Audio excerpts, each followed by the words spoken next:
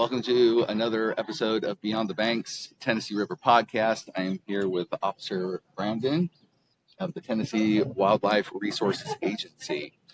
Just really quickly, tell me a little bit about yourself. Brandon Taylor, Wayne County Game Warden. Been with the agency for going on 15 years. Been working in Wayne County for probably 12 and a half, 13 years of that. Okay. All right. Well, today you're at the Clifton Marina. You are doing a boating class. Tell me a little bit about boating classes and what are the functions? The boater's education is required for anybody born after January 1st, 1989. And then the state of Alabama just made it for anybody, for everybody, I guess I should say, has to have it if you operate a vessel on Alabama waters. So just doing a education class is kind of like a driver's license test for those that have to have the class to be able to safely operate a vessel. What is the minimum age that somebody can operate a vessel? Minimum age is 12, unless it's less than 9 horsepower motor. But yeah, 12 years old. It's unless there's somebody right there with them that's had if they need the boater's ed class, as long as they've had it, or if they don't have to have it, as long as they're right there where they can take immediate control of the vessel. So what's the youngest somebody could be unsupervised in, say, piloting a pontoon boat? Probably 12 years old. 12 years old? To me, that would be if the parents were good with them being out in it at 12 years old. Right. So, by themselves. So, okay. And does that also go for jet skis as yes, well? all of that stuff. Okay. Personal watercraft. Yeah. So I've done a lot of reading, and so I've got like a lot of just like crazy detailed questions for you. So there's Tennessee Valley Authority, and there's the Tennessee Wildlife Resources Agency. How much of your job functions do they overlap? Do you work in conjunction, in partnership with them? They don't really overlap, I don't guess. We work with them, like the dam safety video we did back last spring, I guess it was, at Pickwick. There was a bunch of partners that came together with that. You know, most of what we do as the wildlife agency is hunting, fishing, boating, managing wildlife, fish, all that stuff. TWRA-Agent's two main things is like electricity and then flood control. It's kind of what they take care of. And then what we take care of, all the other stuff. So with TWRA, as you're managing wildlife and boating and safety and everything like that, what are the areas then that you control? Are they TBA areas? Are they state? Are they some local, of it's federal? TBA, some state, some federal. So it just kind of depends. Where they're all public property, we can enforce the wildlife and boating and fishing, all that stuff. Where it's public property, so. Gotcha. What about private property? We can. That's kind of either with permission from the landowner or with a search warrant. We can go on private property if we have a reason to be there. So whether that's with enough to get a search warrant, or if a landowner or leaseholder gives us permission, we can go on the property. So, or if we see somebody actively hunting or fishing, we can go check them as long as the gate's not locked. As long as we actually see them, we can go check for compliance. Okay. Now, U.S. Fish and Wildlife, they do have offices in Tennessee as well. So yes. Do you work in conjunction with them too? We do a little bit. Okay. On some things, they're kind of more on the National Wildlife Refuges, things like that. And then a lot of the federal,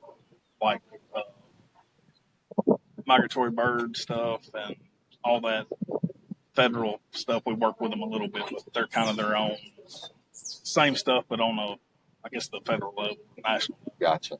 Is a lot of what we do. Okay. Number one ticket on the river that you guys give out consistently, what do you see as that? Probably depends on what day it is. Sometimes it's boat registrations. Sometimes it's kids under 13 not having life jackets on or PFDs on. Those are probably two of the most common. Mm-hmm. There's probably a handful that are just depends on what day it is, what we see more of, see less of. I have noticed that TWRA does do compliance checks on registration. When does that usually start? Whenever we're out on the water, Yeah. if we look at somebody's sticker and it's out, we'll talk to them and see if they've renewed it or if we can run it and see if they've got it. And it may just be a thing where they've renewed and they hadn't got the registration decals in the mail yet. Or it could be somebody bought a boat from somebody and they haven't got it registered or in the process of registering it to them and it's still in somebody else's name. With boat registration, obviously to register a boat, you usually have to provide proof of insurance as well, but is that something you also check on to see if the boat, because sometimes insurance lapses? We don't, you're not required to have it as far as, I guess, state law goes, but like a lot of, if you buy a new boat, most of your, like if you finance it, whoever you finance it with, it's going to make you have insurance. Just, I guess, to protect their investment or however you want to look at that. Are there some just obscure boating laws or rules on the river that you don't think people know a lot of that they should probably think about as they go out? Probably just the navigation rules, the rules of the road and rules of the water. Because, unlike being out on the highway where you've got the white lines, yellow lines, all that stuff, out here on the water, there's not really anything other than your navigation markers, your buoys, your day marks. There's nothing out here that goes, oh, I'm supposed to stay over here or I'm supposed to do this. Mm-hmm. So probably just the navigation.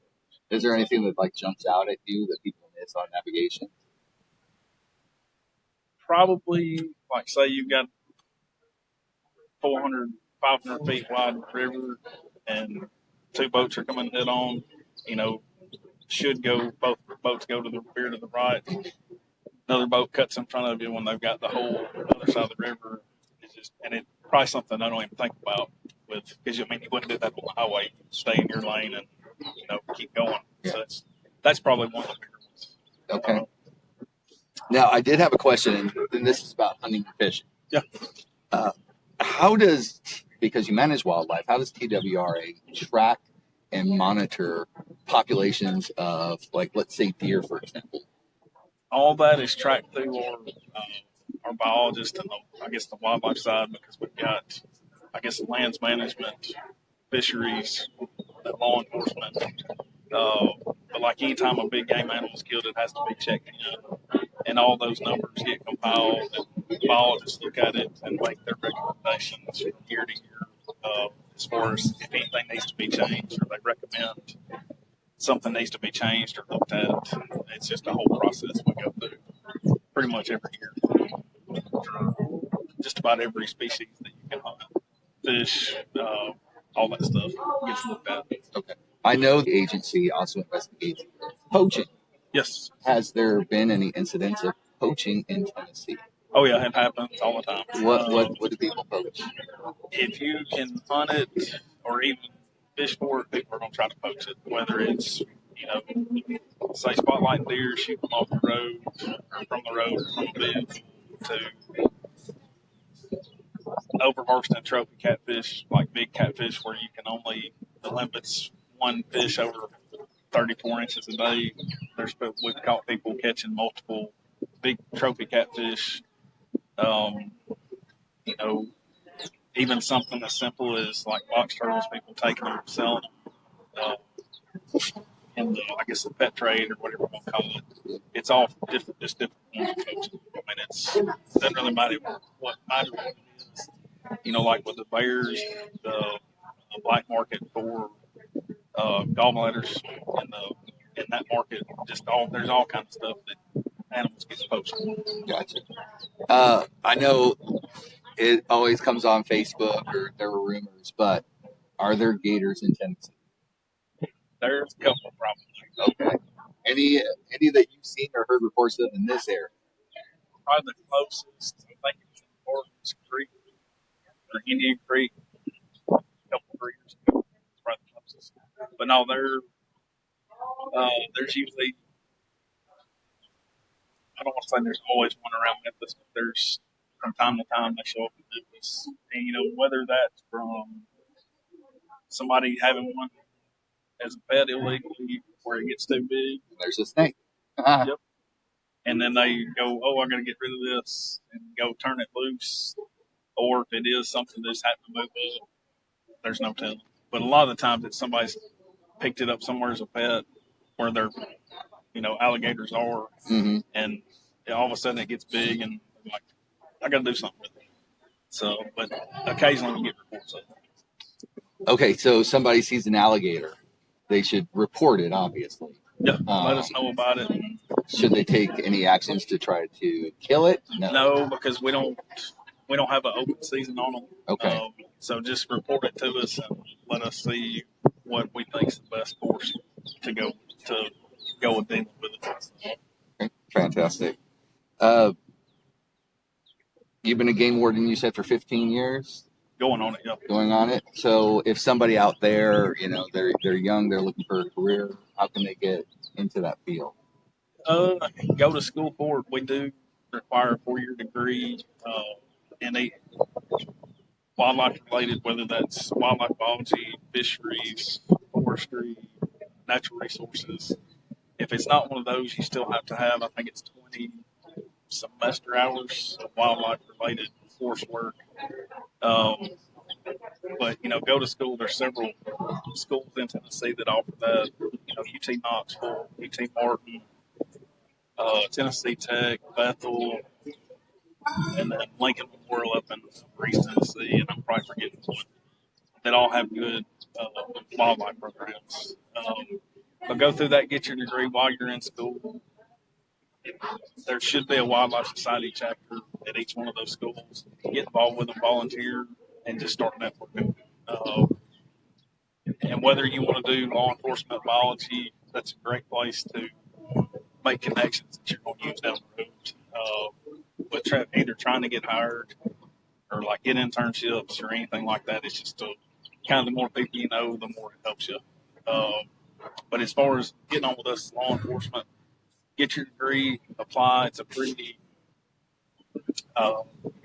lengthy process. There's a couple of different rounds of interviews, and if you get lucky enough to be selected, I guess I should say, then it's our academy and all the law enforcement training, and pretty much when you get hired with us your whole first year,